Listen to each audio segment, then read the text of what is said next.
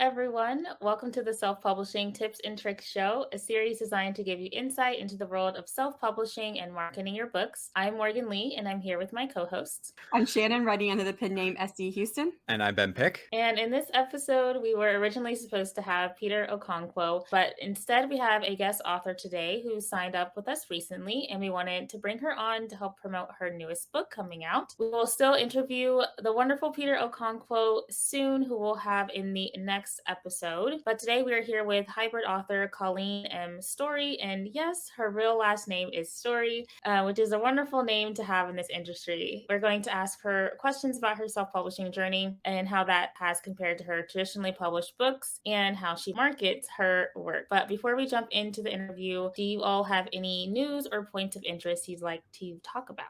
So this is coming out the 15th of June. So that will be the second week of the launch of my latest book. And I'll actually still have some sales running. So if you guys are interested, anybody in our listeners, the entire series, every book is on sale for 99 cents just for 2 more days until the 17th of August. Yeah, that's right. I don't have anything planned for the middle of June, so pretty smooth summer for me. The only thing is we have Worldwide Write-a-thon coming up on 18th and 19th. I think Shannon's hosting a stream, and I will be hosting one on Sunday at 8 a.m. With a bunch of lovely co-hosts. So that's about all I have going on right now. Now, let's talk about our guest author today. Colleen M. Story is a novelist, freelance writer, writing coach, and speaker with over 20 years in the creative writing industry. Her latest release, The Beach Ones, is forthcoming from Camcat Books in June 2022. Her novel, Lorena's Gift, was a Forward Reviews Indies Book of the Year Awards winner, among others. Colleen has written 3 books to help writers succeed. Your Writing Matters was a bronze medal winner in the Reader Views Literary Awards in 2022. Other titles include Writer Get Noticed and Overwhelmed Writer Rescue. Her previous release, Writer Get Noticed, was a gold medal winner in the Reader's Favorite Book Awards and a first place winner in the Reader Views Literary Awards in 2019. Overwhelmed Writer Rescue was named Book by Book Publicity Best Writing / Publishing Book in 2018. You can find free chapters of these books on her website at colleenmstory.com or connect with her on Twitter, LinkedIn, and YouTube. So let's welcome Colleen to the stream. Hello. Hi, everybody. Hi. Would you like to take a moment to tell us any more about yourself? I think you covered that pretty good there, Morgan. I would just say that I also am a freelance writer. That's my quote day job. I do the book writing and fiction writing in my off time. But I can say that freelance writing, if anybody's thinking about it, is a good way to go if you're trying to find room to write more fiction. That's the reason I went into it in the first place, because I was working at a corporation as a writer, and there was, it was very difficult because you're there for many additional hours and you're kind of expected to be there on weekends too. And so that's the reason I left the corporate world, was to get into freelance so I could set my own schedule. And then as I went, I was able to kind of pick and choose my clients so that I could kind of whittle down how much time I was spending on freelance and be able to spend a little more time on my own projects. So the only down part to it is that you're at the computer a lot.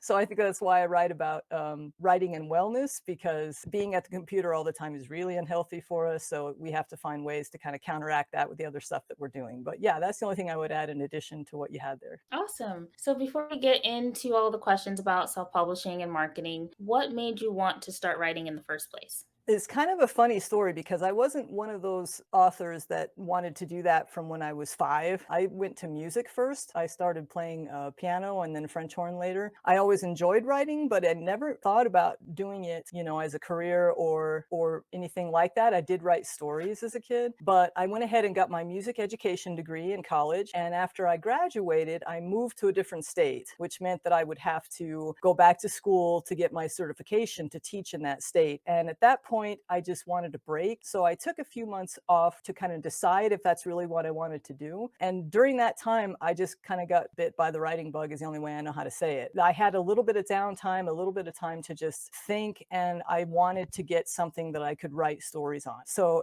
and I'm going to be showing my age here a little bit. I went and got a Brother processor, and that's what I started writing on, and just started writing stories. And within 3 years, I had my first short story published, and then I got a writing job.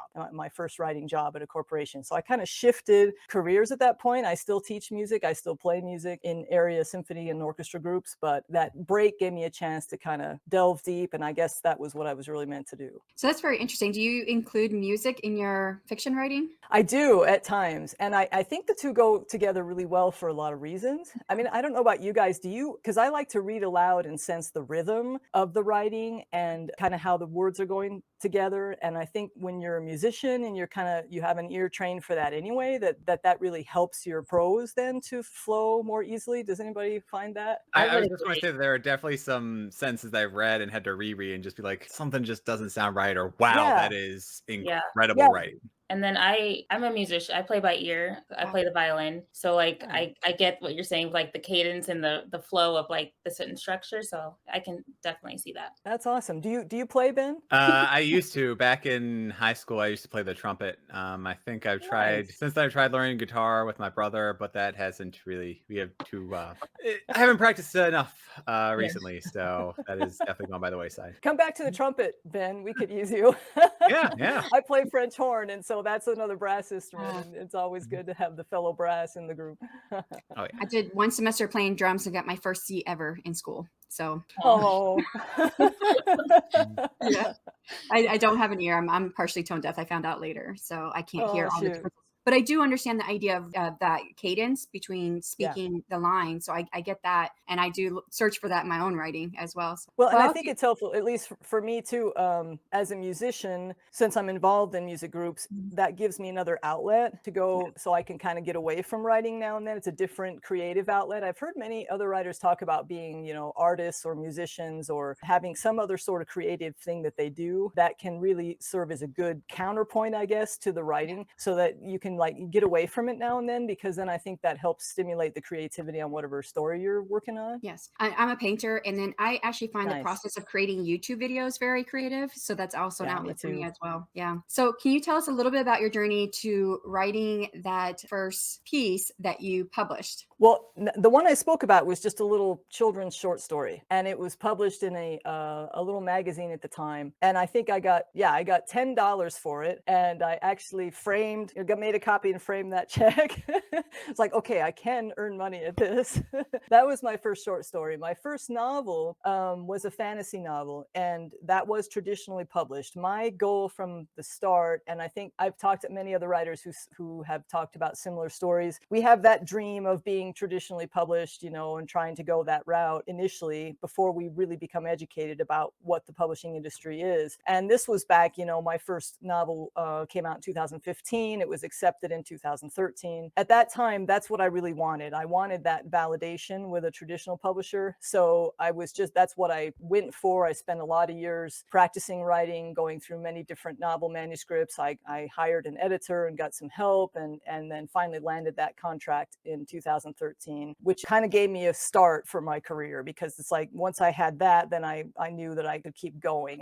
I think a lot of writers struggle with self-doubt. So it's like having that initial validation was helpful for me. So going from the traditional publishing of your first novel to the self-publishing of your later novels, what made you want to switch over? What converted me, right, Ben? That's one way of thinking No, about it. I didn't really, abandon the traditional publishing, because I'm still doing that. The way I came to self-publishing was kind of a roundabout way. I actually got my second novel traditionally published first. So I got that publishing contract for the second novel, and your publisher wants you to have an author platform. And I had tried with the first novel, but I'd started a blog, I had a website, but the blog wasn't getting very many readers, not a lot was happening. So I thought, okay, I've got to step up my game, because my second publisher I felt was better than the first one. They had a really good reputation. They were putting out good stuff. So I wanted to kind of, get better at that point at having a platform. So I changed the way I was doing my blog and my website and started attracting some readers there. And we can talk about that in marketing. But at that point, the feedback I was getting from readers is what drove drove me to self-publish.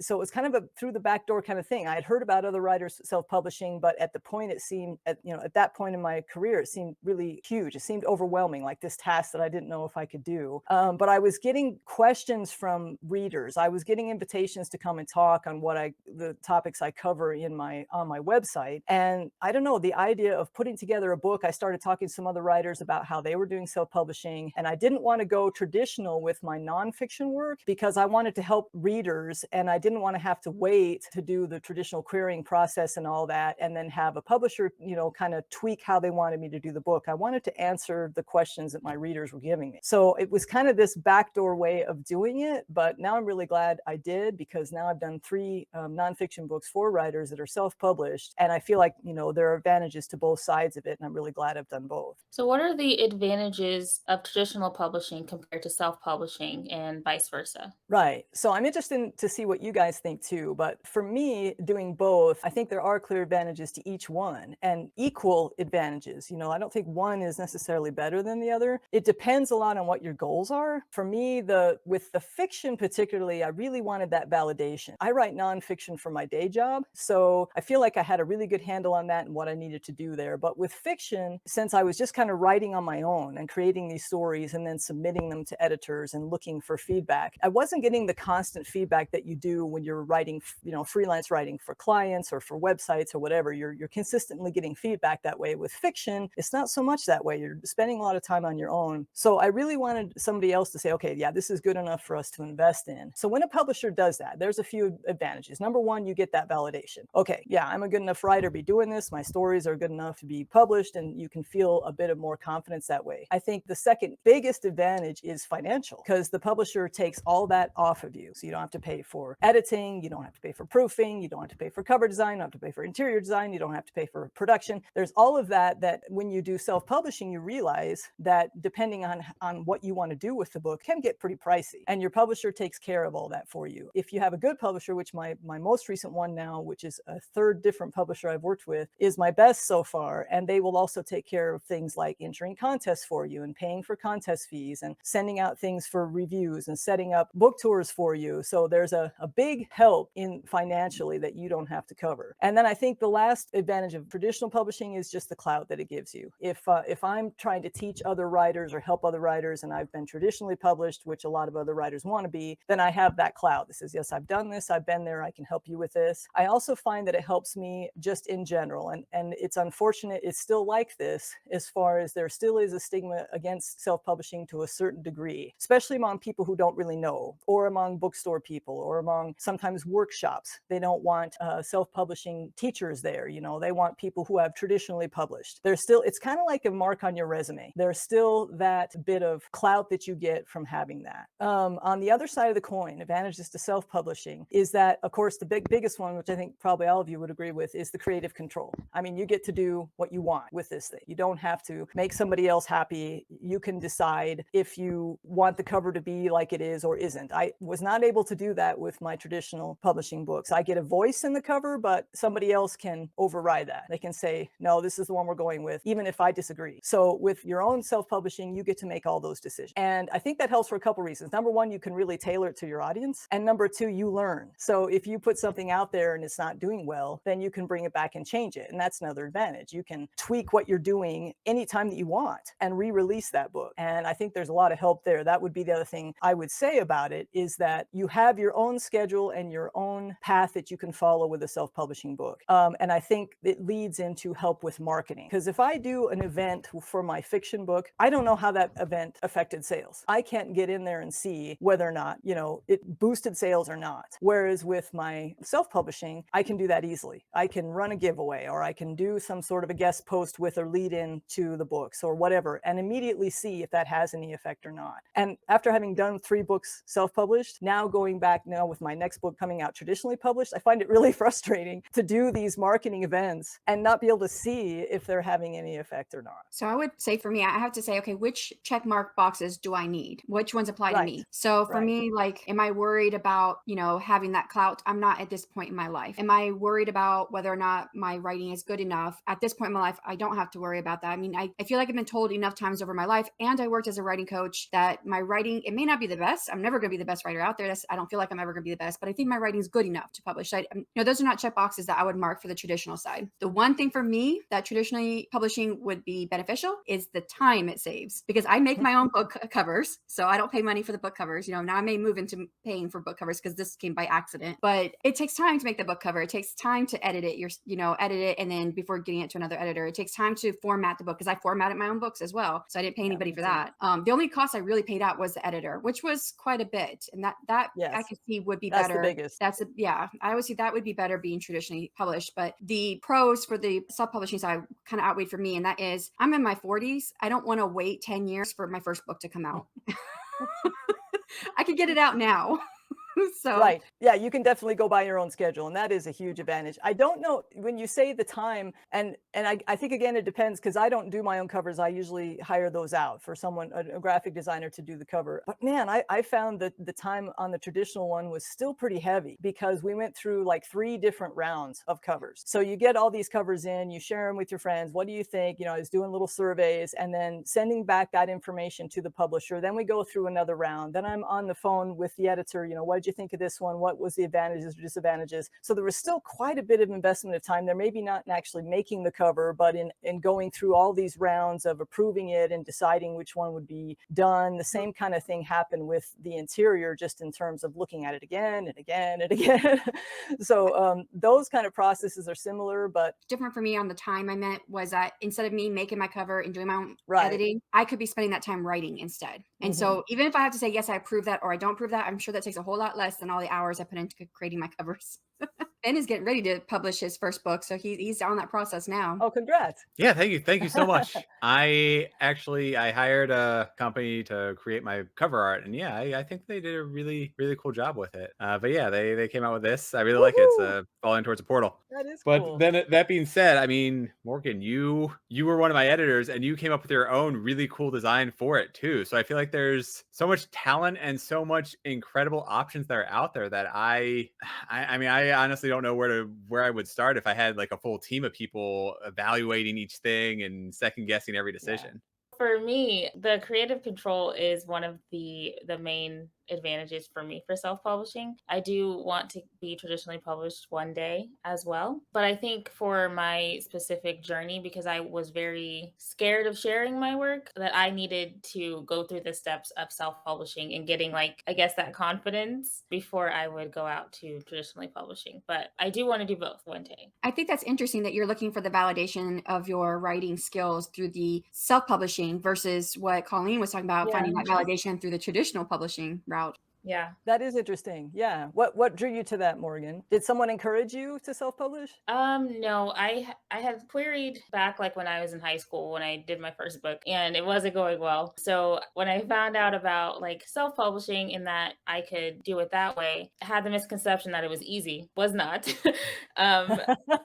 And so I started there, just baby steps, I guess, of like sharing my work with more people. I wasn't ready to traditionally publish, basically, I guess. I don't know. That makes sense. Yeah. All right, so let's move on to our next question, which is, what would you say to an author who is trying to decide whether to self-publish or traditionally publish? Yeah, and I think that's a really good question. And it comes back, Shannon, to what you were saying about what is it you really need? What do you want out of this career of yours? Because I think, at least I know for me, when I was first looking at this, I kind of had a really narrow view. I wanted that, what I had grown up with, seeing a book on the shelves in the bookstore, which of course is now changed in today's world. But it was a narrow view of what my options were in publishing. But I think you go back to, what is it you really want? Do you want to be someone who has the publishing contract and you're working with a publisher? And there's a lot of advantages to that as far as what it can do for your career. And you build through that part. I mean, I've had 3 different publishers now, and this latest one is my best yet. And I hope to keep building that way to try to grow my fiction side of my career. But then you have to, maybe take some of the disadvantages with that. And is that okay with you? Is it okay with you to maybe not have all the creative control, to have to be on a publisher's timeline? Or are you someone who who has a very unique audience, and you just want to put something out for those people, and you want that creative control, and you're willing to do the marketing for it. And I think there is a misconception that if you're traditionally published, then your marketing tasks are fewer, and that is not the case today.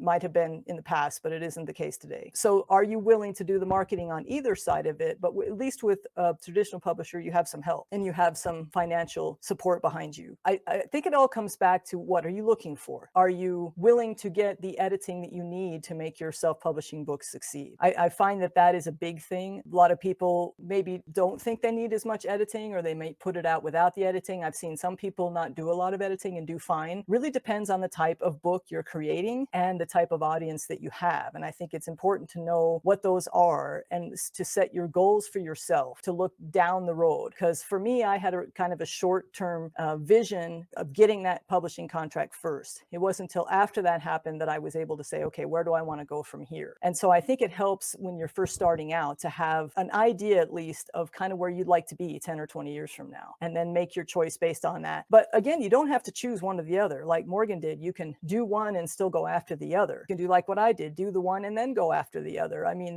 there's no limitations there. So if you're not sure where you want to be in 10 or 15 years, then maybe go after what goal you want right now, realizing that you then can expand after that if you want to. How do you balance going back and forth between traditional and self-publishing, especially given how quickly information that was valid 2 years ago has been completely overhauled and there's new Oh, I tools know. and methods out there? So how do you balance that? Is there balance? Does that exist? For any of you, does balance exist?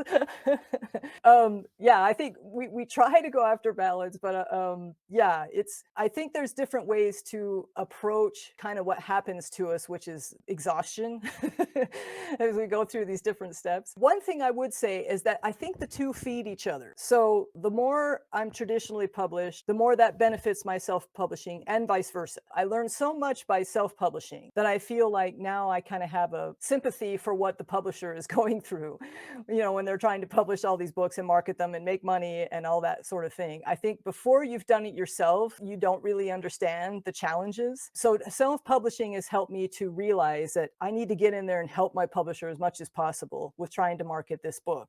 Whereas I think sometimes authors traditionally published may feel a little put upon to do that because, well, that's supposed to be the publisher's job. Well, they have many books on their list that they're trying to promote. Get in there and help with your book and do everything you can to help them. The traditionally publishing then goes back and helps my self-publishing, because I feel like every time I've traditionally published a novel, that my writing tends to take a step up. The editing in traditional publishers, if you have a good traditional publisher, can be really top-notch. And I've hired my own editors, of course, for the self-publishing, and that was on the nonfiction side. But some of the editing I've had with traditional publishing on the fiction side has just been stellar, and I've learned so much from it. So I feel like there's a back and forth there. As far as balancing it, for me, it's more like whatever book is coming out now is what is where my focus is. I do sense, like as I've been really focused on this novel coming out, the sales for my nonfiction self-published books are drifting off. I see that happening. So like I say, there's probably not a balance. Once the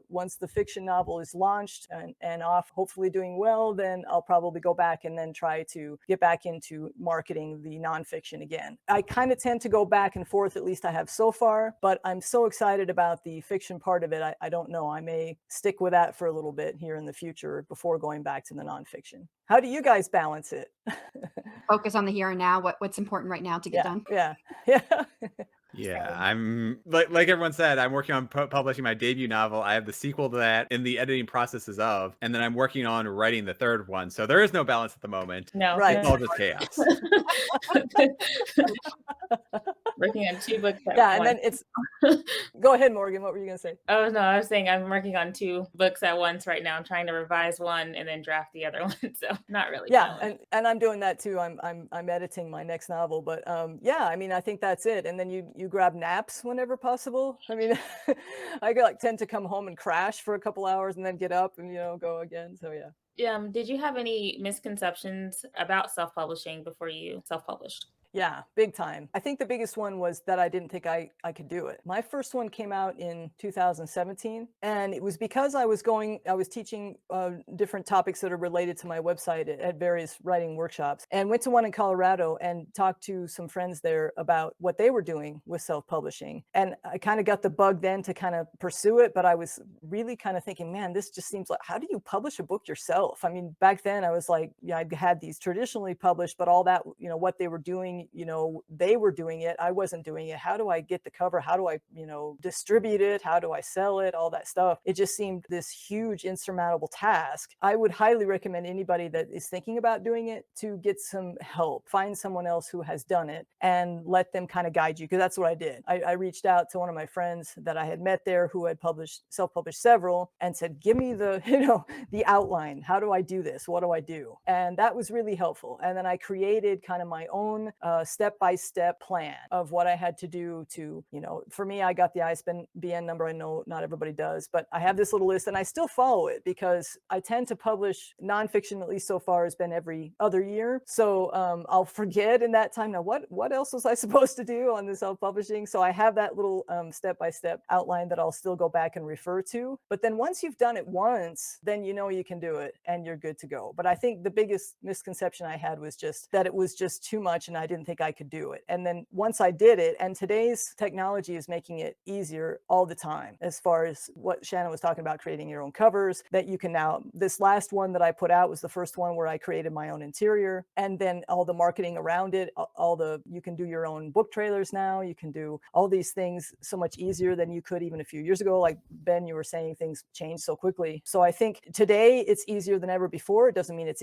easy, but it is easier than it was. There's things out there to help you. There's a lot of articles out there to help you. And I would say definitely team up with a friend who's already done it. I think that's a really great tip, is to find somebody that has done it to get information, because I kind of fell into it, but I'm grateful for it because I graduated with my MFA, and one of my girlfriends I graduated with, we stayed in touch, and she started self-publishing, I think in 2017 or 2016. And she was talking about all the time. She was pushing me to do it for years, but I was busy teaching. And when I finally thought, okay, well, how do I do this? I just reached out to her. And so I used her editor, and she helped me design my first book cover. I mean, she was just, walk me along the path. So it was great that I had that resource. So if you don't, it's a great idea to reach out and see who's out there. And the self-publishing community, I find, is very helpful. They want to help each other succeed. I would totally agree. Yeah. I mean, even on social media, if you don't have anybody in your media area, or if you haven't met anybody in person, I agree, Shannon, that it is a really helpful and supportive community. And I think a lot of people are willing to say, oh, here's what you got to do. Here's, just take these steps and you'll be good. But that can really help to have someone there saying, just don't forget to do this, don't forget to do that. And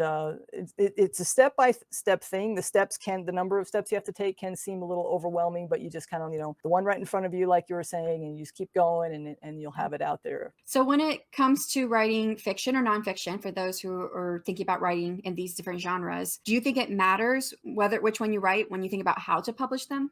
Again, I think it depends on the person. I think there are some advantages for sure to self-publishing nonfiction, because with a nonfiction book, it kind of instantly either reflects the platform you already have or creates the platform that you want. I tend to write on writing and wellness, creativity, productivity, finding your strengths, determining whether writing is what you want to do for the future. So that's kind of where my platform already was with my website. And so tying in my nonfiction books to that platform makes it very easy, because the two feed each other and work together, and the readers that I have on my website and blog are readily, wanting the information that I'm putting out in my books. Nonfiction transfers so easily to teaching, to coaching, to going to workshops and helping your audience there. So self-publishing there makes a lot of sense to me, because you already know who your audience is, you know what they're looking for, and you can put that out without having someone in the middle, changing it, telling you need to go a different direction. I've also heard from other writers that if you have a really strong genre-centric fiction that you're writing, if you're a romance writer, you're a sci-fi writer, and you know exactly who your audience is, that self-publishing there can really work well for you too, because you can identify your audience a little, maybe maybe perhaps a little easier than I can. My fiction tends to be cross-genre. I've heard it described as paranormal with a literary bent, or supernatural thriller, or, fantasy with a little supernatural in it. I mean, it's not quite as clear-cut as perhaps a cozy mystery or a certain type of romance.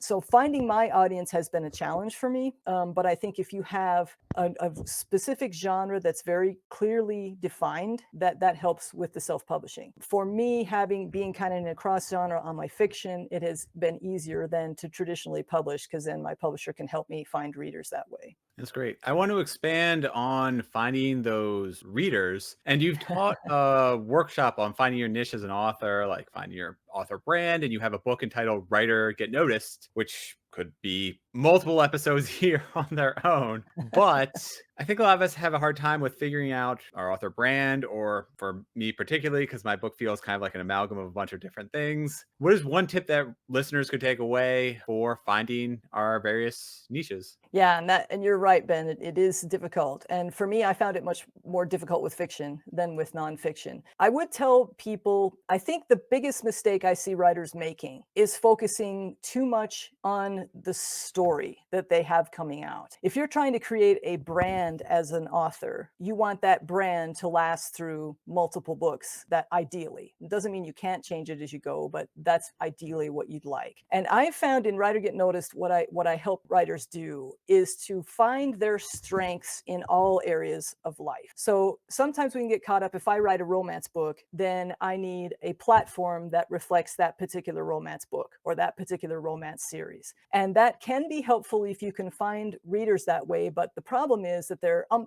18 billion romance writers out there with similar platforms to what you're thinking of doing. So you have to find a unique twist, a niche that you can use that will attract readers to you. The whole thing with platform building is attracting readers to you. It's kind of like you're putting out that sugar for the hummingbird. Come over here, see what I've got to offer. And you do that by using your unique little twist that you have as a person. Well, then it's okay, well, what is that? And that's what Writer Get Noticed helps walk you through. Expanding your vision of what are my strengths. Okay, well, there's what are your strengths in writing, but there's also what are your strengths in life. Are you funny? Are you thoughtful? Are you someone who's really good with history? And if you're writing about a thriller, perhaps with lots of airplane fights in it or something, are you a pilot? Can you talk about different places that people can go if they're flying their own airplanes or whatever? I mean, you have to dig down more and find what is my specific niche that I can use and then talk about a lot. The problem with setting up a platform is you need content. You have to be constantly putting content out there to bring people to you. So what are you going to talk about? And if you're writing a romance and all you're talking about is something similar to do with your book, that's going to get old really fast and people aren't going to keep coming back to you. So what is the unique thing you can do? I've seen some romance writers really zero in on the types of locations where their books take place. So if you look at like Debbie Maycomer, I'm not sure how she pronounces her last name. It's all focused in that area where she's talking about up in Washington.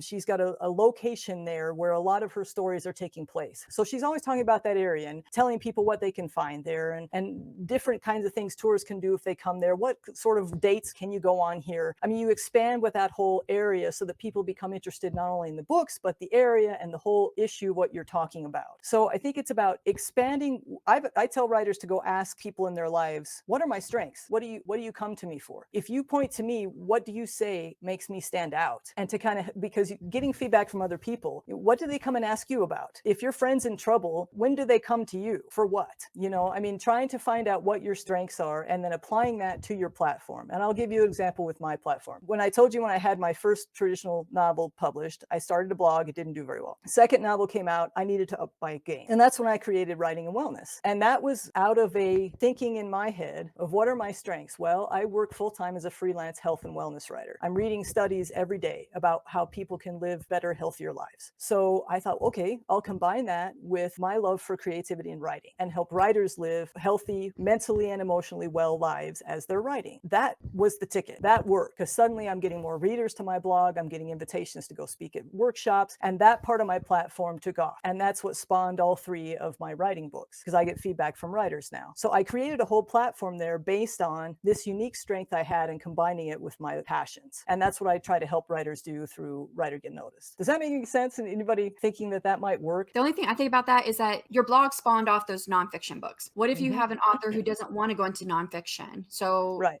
Again, they want to, talk about their strengths, but they wouldn't be able to fall back on something that might be nonfiction if they're writing about fantasy. So then how would they find their strength in that? And that's where I kind of, I start wondering, well, how would that work? I think you do the same thing. You still bring in your passions and your strengths. And I'm doing that now more with my fiction. I kind of when I was doing the nonfiction, my fiction kind of took a back seat for a while as I came out with 3 of my nonfiction titles. So now I'm kind of going back to the fiction with what I know from what I've done with the nonfiction. And I just created a new website called Life and Everything After. And that I was like, okay, how can I apply my passions and my strengths to what my fiction kind of talks about, which is my fiction has a supernatural element to it and a fantasy element. And so I thought, okay, well, I will talk about this whole idea of things like ghost sightings and auras and chakras and mindfulness and intuition and all of that. And I've just started building a platform there that I then hope to find readers that'll be interested in my fiction. And that's already started working because I will feature other people. I would say absolutely on any platform you do, feature other people, reach out and make connections. I've interviewed like 350 writers on writing and wellness. I'm now interviewing artists and therapists and mindfulness teachers on Life and Everything After. And they're bringing in this whole other facet to this website and making connections. And one of them already bought my new novel that's coming out. So it's about, okay, so how can I twist this around to kind of reflect what I'm doing in my fiction? It doesn't have to be exactly what my fiction is about. My fiction isn't about mindfulness or intuition necessarily, but that area is kind of where it sits. And people who are interested in those things would be interested in my books. And I am interested in those things. So creating that sort of platform, and it is unique. Life and Everything After,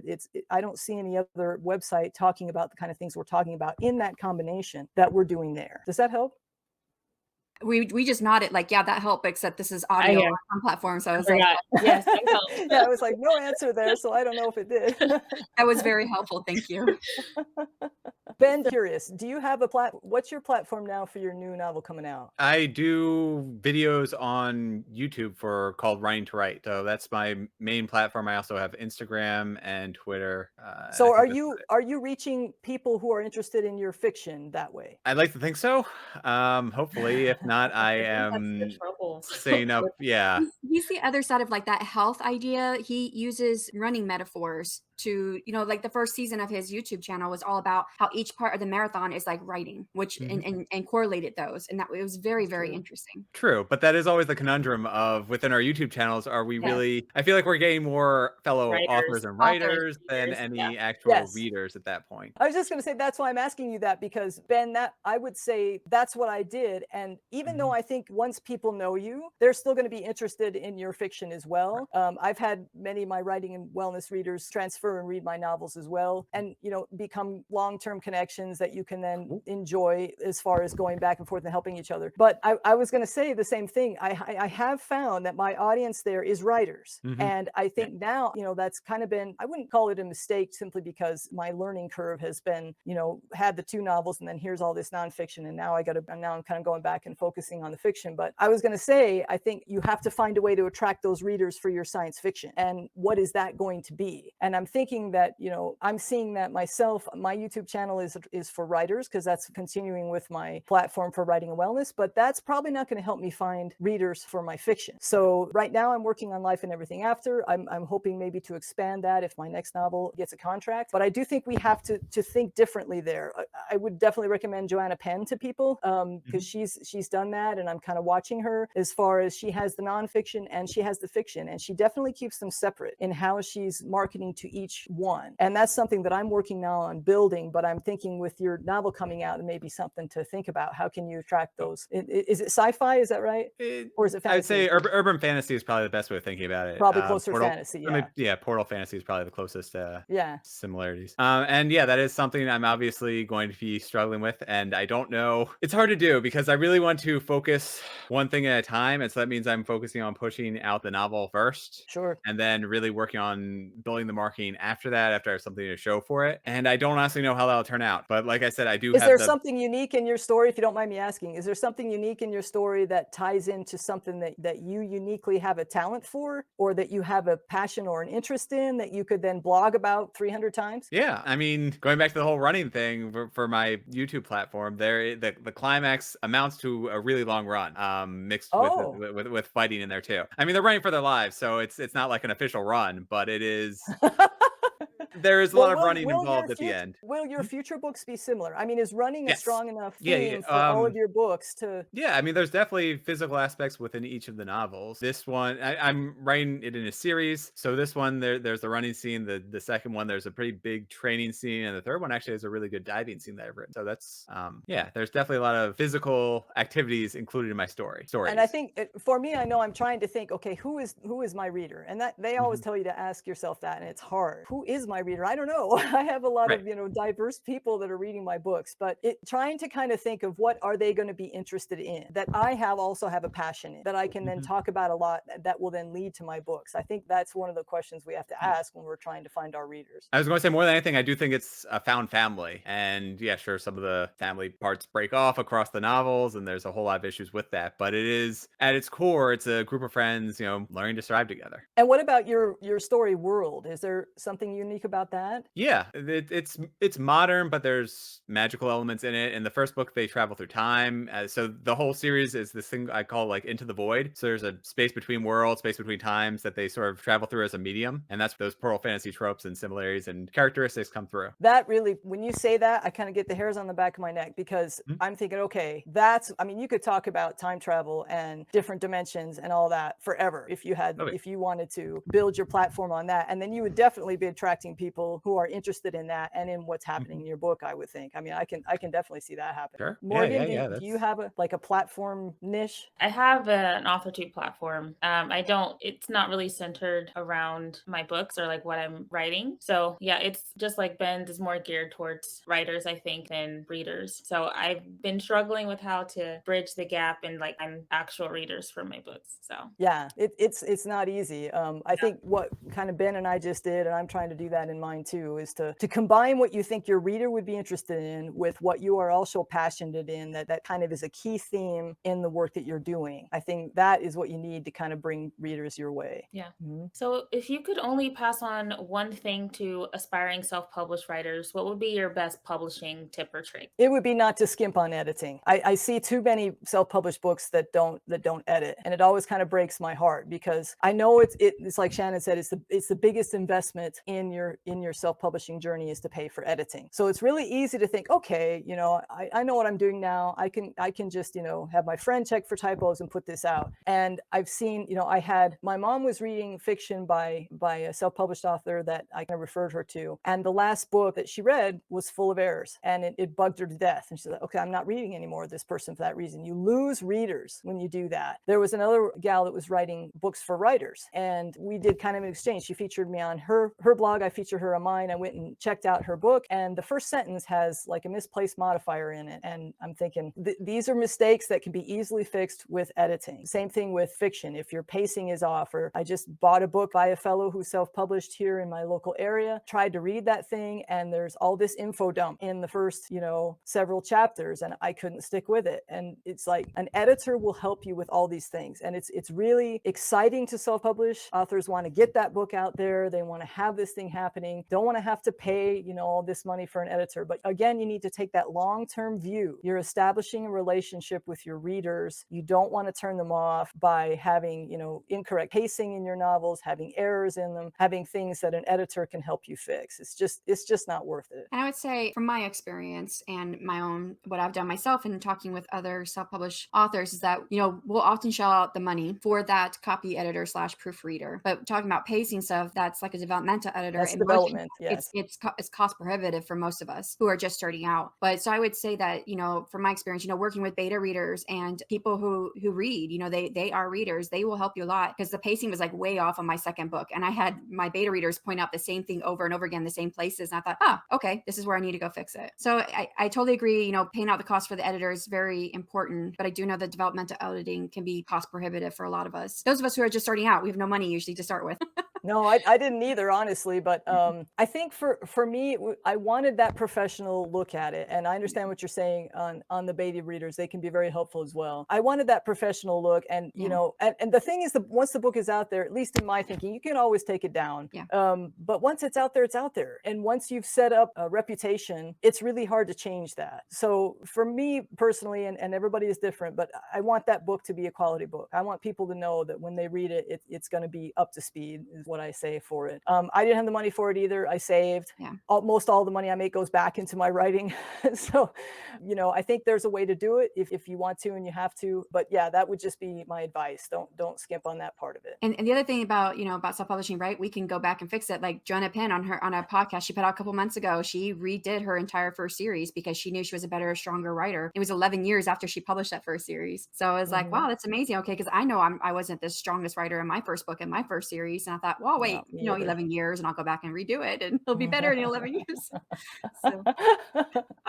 So let's go ahead and transition from your publishing to your marketing. And you've already mentioned how that you do market your traditional books, because that is almost expected now of authors today. So what does that look like? I think the main difference between that and self-publishing is that you have to coordinate with your publisher. And I remember, especially this time around, I was a little confused as to how that was going to work. Can I just still do the things I usually do to market my books, or do I need to check with you on all of them? And so I think communication is key with traditional publishers, saying, here's what I was thinking of doing. Does that, sound good to you? They'll let me know what they're planning on doing. And then I found as we've gone that pretty much I can do what I've usually done as long as I know what they're doing and I'm not stepping on what they're doing. But I haven't found that I need to adjust too much what I'm doing as far as what I'm used to doing marketing, because the things that they're doing are kind of on top of that or in addition to that. They're usually not in place of that. So marketing tasks that I have for traditional publishing, I found to be very similar to self-publishing. I just need to be communicating and coordinating with my publisher.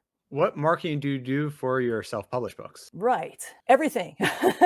Everything I can try and think of. I've tried a bunch of different things. Well, for one, I have a regular blog. So through the regular blog is where I found my readers for the self-published books. I just strongly recommend a blog. Some people still say, okay, so is a blog necessary? Does a blog work? I think as long as you are giving value to your reader, that a blog is one of the easiest ways to get readers with you. Number one, because it's giving them constant, really good content that can help them. People are looking for what's going to help them. So as long as I target my blog to that reader, as I target it to their needs and what they're looking for, then I'm going to bring them my way. And then, of course, it's important on your website to have, I would definitely recommend a really good free offer for your subscribers. So for me on the nonfiction side, I'm offering something that's going to help them solve a problem. So right now on my website is Find Your Author Platform Superpower. Find what's going to help you set up a platform for your book. And that is something of value for the reader that's coming to my site, because I know they're probably writers. They're looking for ways to sell their books or market their books or become good writers, or they're looking for ways to keep creativity in their lives while they have really busy lives. So any sort of free offer that works with that, because then that gets them on your newsletter and then you can communicate with them regularly. So those two things, the blog, the newsletter, have been really helpful to me. Number three, I would say outreach. Outreach however you can. One of the most effective for me has been guest posting, finding a blog that has an audience that would be similar to your audience or the audience that you want. Guest posting with those other blogs. I will get several newsletter subscribers when I put a guest post on someone else's blog that is targeted to my reader, as long as I include a free offer at the end of it. If you just write a guest post and you post it and you share it and everything, probably not going to get a lot of interaction off of that. You might get some name recognition as you go, but it's better if you add a free offer at the end. Come back to my site, get this free report, get this free quiz, get this free whatever. Then you get those people coming over and being interested in what you're doing as well. I found that to be really effective, any sort of a guest posting outreach. And then other outreaches like this, talking with folks like you in different interviews,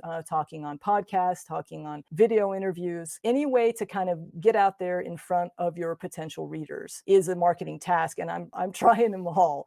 Other things like giveaways, I still do giveaways. I think giveaways, publisher just did one for my new book. I think it raises awareness of your book. I don't know how much it does outside of that. So far, I've seen few reviews come out of a giveaway. You'll get a lot of people that'll mark your book as to read, for example, on Goodreads, but then, maybe they never look at it again. As far as giving away to your own subscribers, that I think can help, because then those people would be more likely, they're already signed on to your newsletter, they will subscribe and they will look at your book and probably give you a review. The other thing that's really worked well for me is a book review tour. I've done many book blog tours where you're just getting your name out there in all these different sites. I found those not to be very helpful because, people post it on some obscure website, nobody sees it, not a lot of people do anything. But if you can zero in on a book review tour, which some companies will do for you, or you can do it yourself if you have the time, then most every person is going to give you a review. They're not only going to feature your book on their blog, but they're going to give you a review. And that's what you need, is reviews. So a book blog tour that focuses on reviews, I've found to be really effective. I was wondering if there's anything that you guys have tried that's worked for you. The blog book tour did not work for me, but I did not know that there was a review book tour, and that might be helpful. My first ones did not either, because they were just regular tours. But then when I found the review tours, and some companies will focus on that, then that makes a big difference. You were going to say, Ben? I haven't done anything yet for it for reasons, but that's one of the things I'm going to roll out to in the summer. But Shannon has numerous videos about. That's why I was pointing to her, because she has numerous videos about the marketing she's done, the costs, the purchases that you can kind of, to the best of your ability, attribute to those various services. So you have some fantastic elaborate videos on marketing successes and marketing comparisons. Yeah. Awesome. Yeah, and I haven't. You have your top one, Shannon? What's your top one? Well, I am mostly using book promotion companies at this point. And so I'm testing it out. And I'm testing it out with my newsletter. So I've done some baseline comparisons where I booked a promotion company and I only told my newsletter, saw how many sales I had, booked the promotion company, but didn't tell nobody, then just put my book on sale, didn't tell nobody. And so I've got one more I'm going to run, and I'm going to talk about that on my YouTube channel, my comparisons, but I'm just comparing different things, seeing what's working. But so far, having the newsletter has the biggest boost. That makes sense. Morgan? I haven't done very much marketing at all. I only have one book out right now, and it was a re-release. I originally published it in 2016. Wasn't very good. It wasn't ready to be published. So I took it down, finally put it back up 2020, but I didn't make a big thing about it. So I haven't done any marketing yet, but I'll have to start here soon. The fun is ahead for you. Yeah.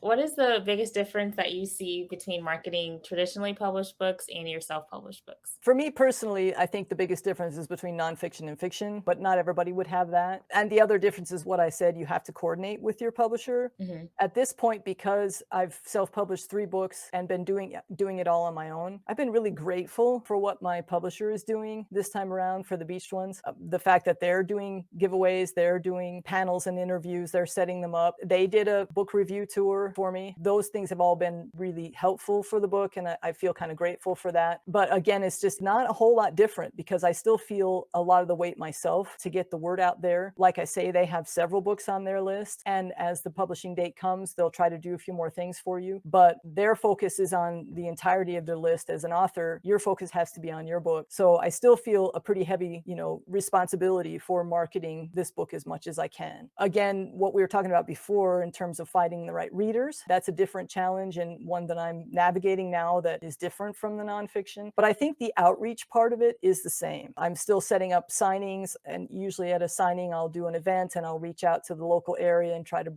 get people to come out, because this can be hard to get people to come to signings now. But I think if you have a few people in the community that you can enlist their help in getting people there. I'm teaching a class here in my hometown at a bookshop downtown. Again, enlisting my friends to try to help get people there, and I'll teach the class and then sell copies of the book after that. Any sort of outreach I think you can do is helpful. It is exhausting, because you're constantly putting yourself out there, and then you'll get some takes and some you won't hear back from. So you just have to do as much of it as you can, and then pull back when you're ready to kind of rest for a minute, and then try that outreach again. I think for me, understanding that outreach is a constant that you want to have as a writer. When you're ready to really market your books, being able to have an outreach routine that you're going through. You know, this week, who am I reaching out to? What podcasts am I pitching? What guest posts am I writing? What, you know, signings am I going to do? What events am I going to do? Having that be kind of a part of your mindset can help you to grow your career more. And that's something I'm kind of working into my routine now, is how can I outreach on a more regular basis? And I was gonna say, when you were asking me what has worked for me, I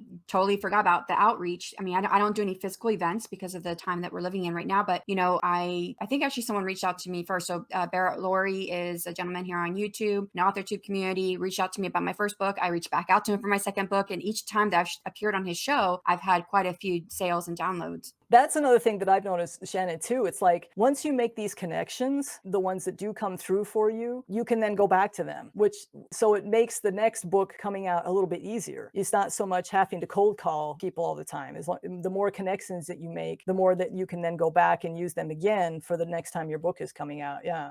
In terms of marketing, what was the best money you ever spent on a specific marketing tool or resource or advertisement? Or did you find a free marketing tool that outperformed anything that you pay money for? I think my blogs are the best tool. I work really hard to make sure I have attention-grabbing headlines, that I write really informative blogs, whichever site I'm writing them for, and then pulling in newsletter subscribers from my guest posts. I find that to be my best so far. As far as the best money spent, I would say the book review tours. Getting reviews on your book is hard, as we all know, particularly on Amazon. It's very difficult. I've had Amazon take reviews down for people that I've featured on my website simply because I was connected to them in I featured them on my website. They reviewed my book. That's taken down, even though it wasn't a tit for tat type of arrangement. So it's hard. It's hard to get those connections and reviews on your book. So I would say, in terms of spending money, I paid a blog tour company to do a review only tour. And I've done that for every one of my books. And that helps get some reviews out there. Like I say, you don't have to pay a company to do it. You can go seek out book reviewers on your own. I found that personally to be really time consuming. And plus, a lot of the people that I've approached to do a review are too busy. They have too many books. They're too busy. They can't do it right then. So I've found that to be really ineffective to try to do it by myself. A company that does a blog tour has people who have signed up to read books that they put up there. They want to read them. They're ready to read them. They're willing to review them. So to me, that's been good money spent. Is there any marketing that you've tried that you would never want to do again? The book blog tour that is not review centric, I've written a ton of guest posts, a ton of interviews for those kind of things. No effect at all. It was total waste of time. So I don't do those anymore. When I do the book blog tour, it's review based, and I say, please, no guest posts.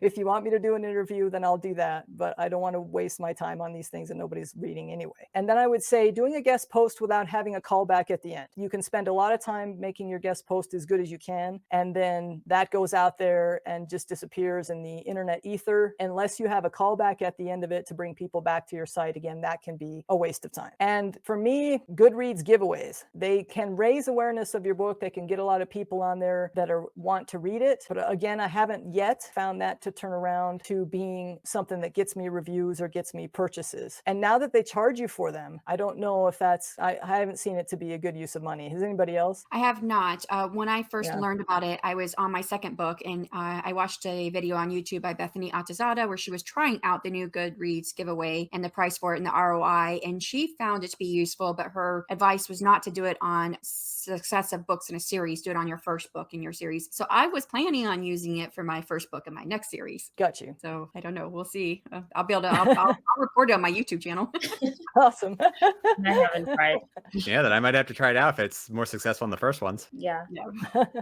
It does raise awareness. You do get people marking it as to read. I just, a lot of those then don't turn around to be readers. The one thing that Bethany Adazada mentioned was the upside is that everyone who enters, it automatically gets, like, they get a notice of when it publishes or something like that. Like, it automatically includes everybody who enters the giveaway in some way that they're going to get notified when her book comes out. And it's like on their shelf or something. I can't quite remember what she said, but right. And I'm not familiar with all the vernacular of Goodreads either at this point. I will go back and look at it again before I do it myself. But, so I think you mentioned earlier that you're traditional publishing company, they expect you to have an author platform. I assume this means they encourage you to engage in the social media space. And what I mean by that is I'm looking a little bit past the blog. Do you do anything like Twitter or Facebook or any of those other types of social media platforms? I do.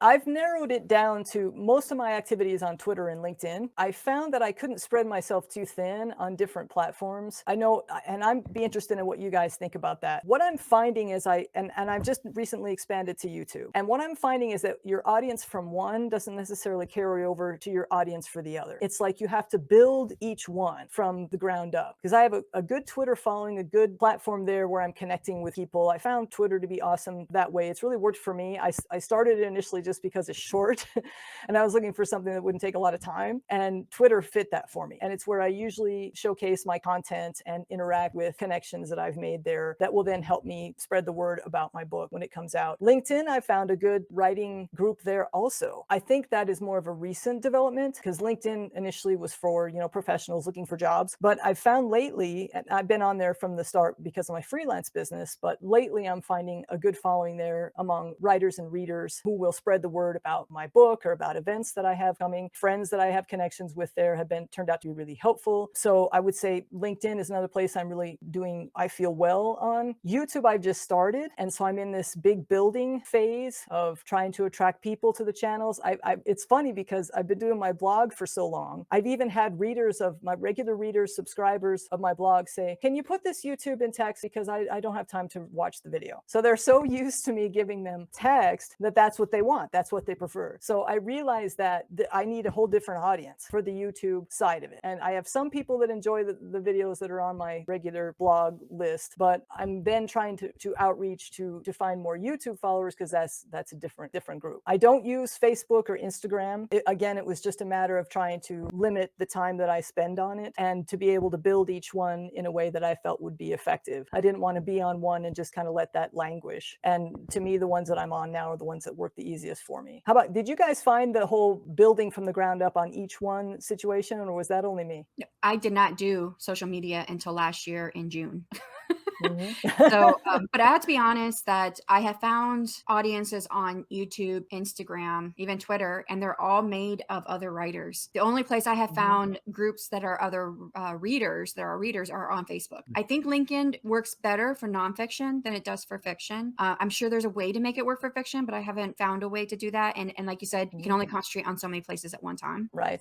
Same. Yeah, I've actually found a lot of people carrying over from YouTube into Instagram. So it's not really building the platform. It's more just a lot of the same where, I'll post something and I'll get, Shannon or Morgan saying, this looks great. This is cool. Getting a like there, but I don't really bring in new potential readers that way. And I would say the same. My Instagram and YouTube are almost the same amount of subscribers. So they kind of grow. They're kind of growing at the same time. So I think it's mainly the same people that are on YouTube that are coming over to my Instagram. And then I don't use Twitter. I don't use Facebook. I have them. I don't use them. So I think where I feel most comfortable is on YouTube. Yeah. Because I just don't like social media that much. So I like to stay on YouTube. I'm with Morgan. I don't really like social media that much, but I know, Colleen, you're at least associates with Heidi Thorne, and she does a really great job of having her blog posts, which is what she says in her YouTube video, and then has that go out as a podcast, and then she connects it to LinkedIn. I mean, she is connected all the way through. So if I was doing nonfiction, I talked I'd to be her about following that. her model. Right. I talked to her about that, about how she takes the audio out of her video and then transfers it to podcast, which I think that's a good idea. And I have thought about doing that at some point. I don't have the time now, but yeah, I think what she's done there is good. And she and I are interacting on LinkedIn as well. I have heard her say LinkedIn hasn't worked for her as well with marketing her thing. She's on there. She has a presence there. We're interacting there, but I've heard her say that hasn't worked as well for her.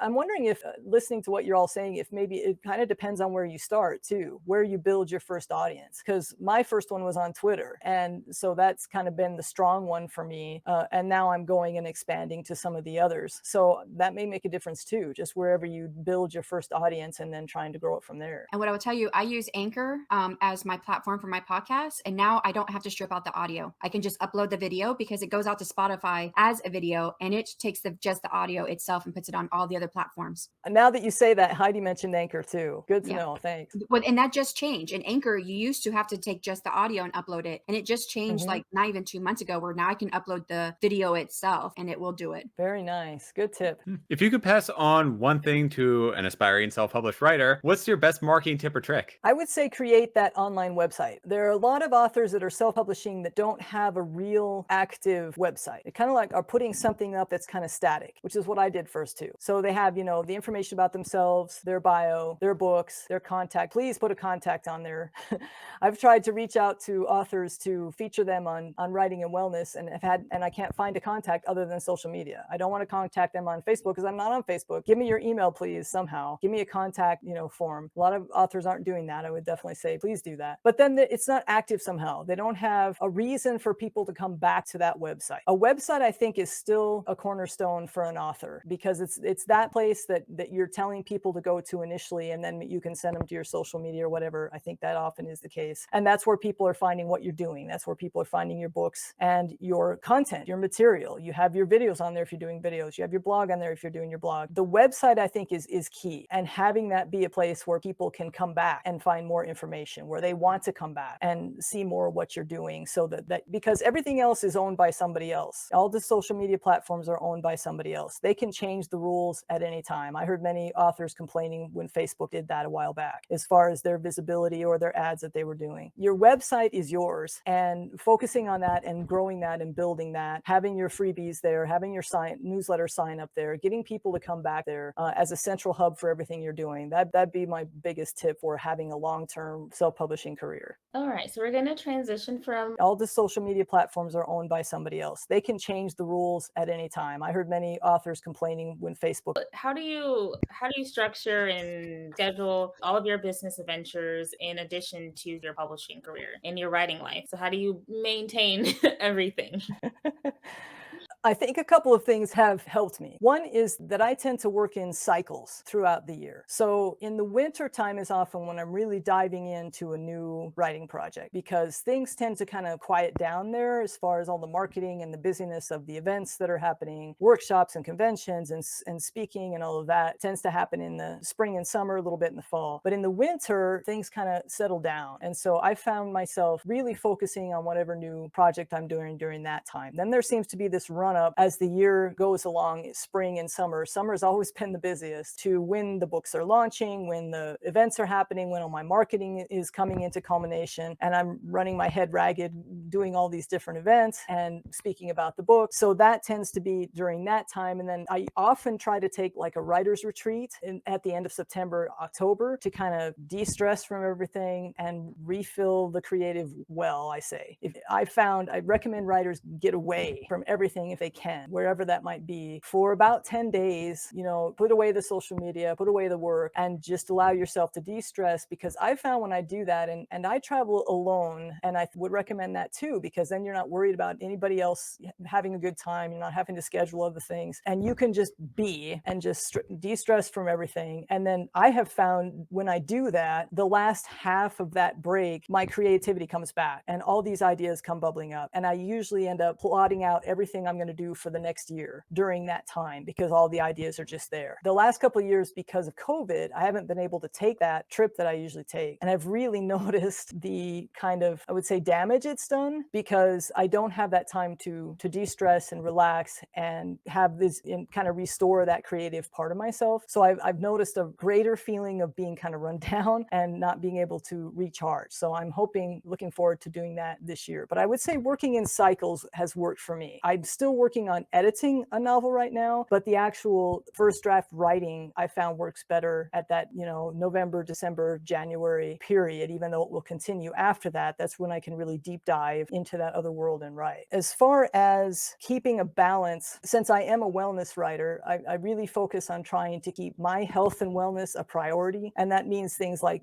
eating a good diet and trying to fit exercise in every day. I think that's the biggest challenge for writers, because we're glued to the computer computer so much of the time. It can be really tough to take that hour to go take a walk or a bike ride or do some exercise on your treadmill or whatever. But as a health writer for over 20 years, exercise, I can tell you from what all the studies have shown, is the biggest thing you can do for your wellness. If you want to live into a vital old age, you absolutely must exercise every day. It fixes everything. It takes care of your health and it takes care of your mental health. Your creativity benefits from when you go exercise. It gets blood to your brain and you'll probably think up solutions to your plot problem while you're out taking a walk or whatever. So making that a priority has helped me, and making getting enough sleep a priority as often as you can. 7 to 8 hours a night is what they recommend, and a lot of times we don't get that. So taking some naps can help. But I also would suggest, I just recently rescued a new German Shepherd. I've had dogs all my life, but then the last one that I lost, I went for several years without one. And having one now back in my life is such a benefit because it gets you out. It gets you out and away and doing something else. You got to walk the dog. You got to play with the dog. My dog is a huge ball player, so you can't go a day without going out and playing fetch. So it gets you outside and gets you doing something else that's active. And I think that's hugely important to a writer's wellness. So writer's retreat sounds heavenly. I am planning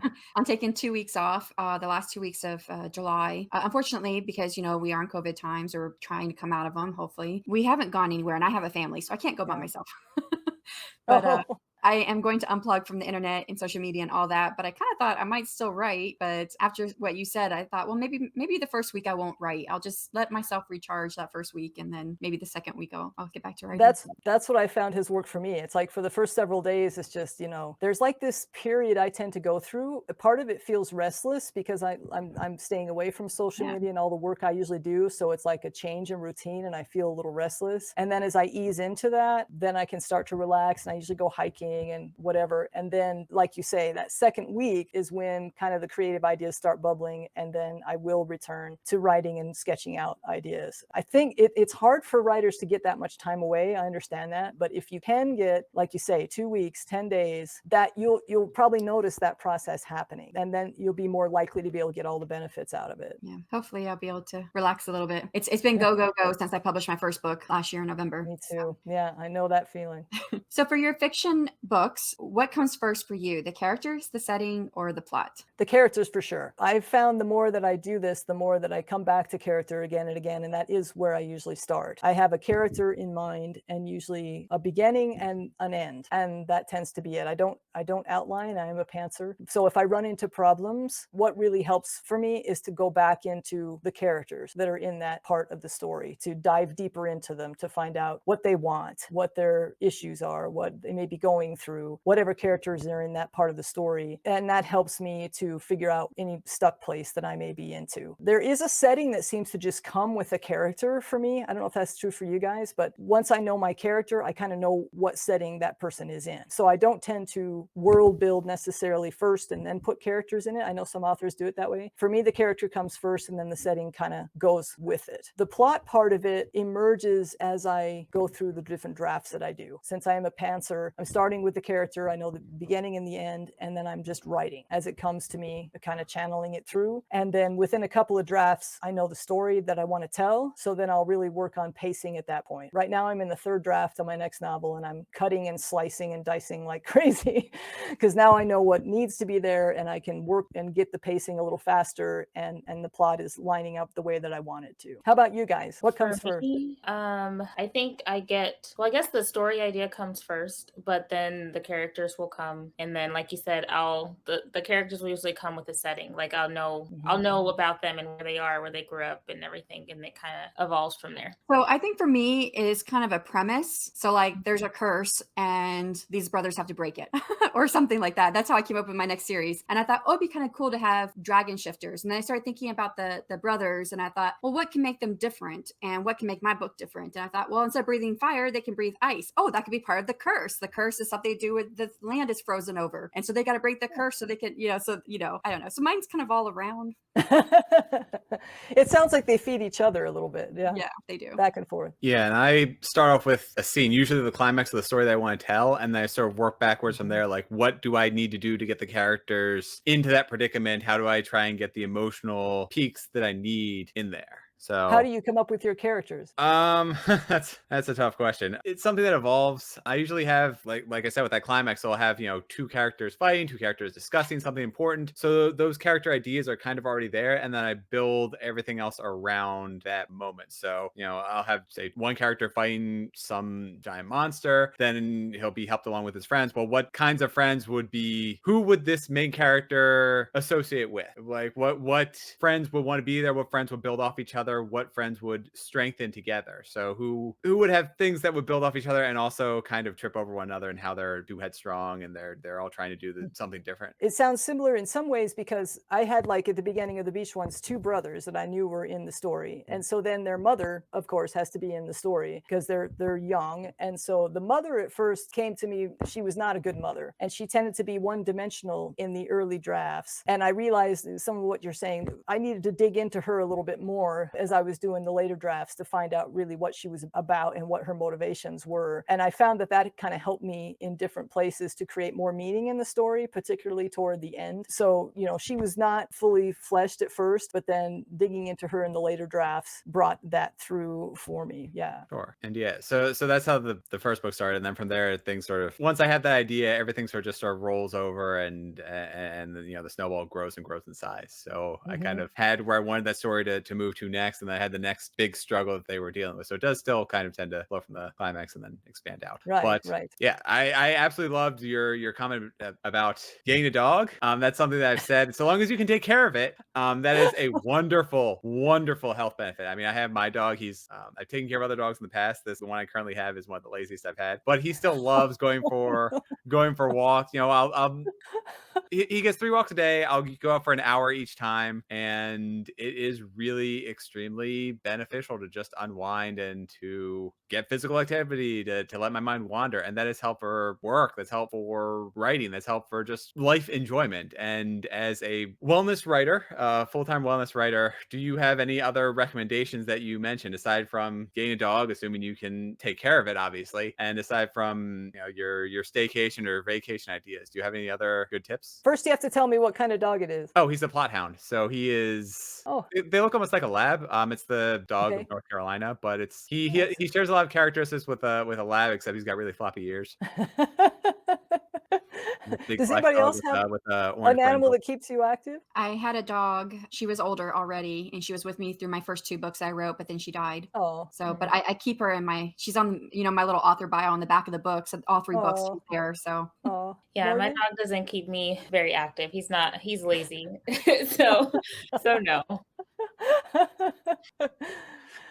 Yeah, there are some days that I am so involved in whatever work I'm doing. The idea of I need to go out and play with the dog, almost like, okay, I got to do this. But she's at the window and she's ready to go. And it's like, you can't say no to that face. And then every time that I go, I'm always really happy because we go, we have fun, and it gets me out, like you said, Ben, and it's just so good for you. So it gives you a reason, it gives you a purpose behind the exercise. I was talking to my mom about this the other day. She has a goat ranch. She has 10 acres and she raises goats. And, this has kept her well and kept her active, into older age and we were talking about, it's difficult today because we are lacking that purpose of exercise. It used to be that you had to go out and exercise to do whatever to survive. Now we don't have to. It's something we have to choose to do if we don't have an animal that's, telling us you got to come out and walk me or play with me or whatever. The other thing I wrote down in response to this question is move more. We have to move more. There's so many problems. As a health writer, I've seen so many problems that come from too much sitting or even too much standing at the computer. I would highly recommend people sit and stand. Do a little bit of both every day, especially if you're at the computer for several hours. Back pain is a huge thing. If you don't have it yet, you will have if you're a writer sitting at the computer a lot. So I recommend things that can help you stretch and strengthen your back. I do yoga all the time. I highly recommend it for writers. My mom has a farrier for the one horse she has left, and I don't know if you guys are familiar familiar with what that takes to do. They got to shod the horse. So they're bending over all the time. It's horrible for your back. And he even recommends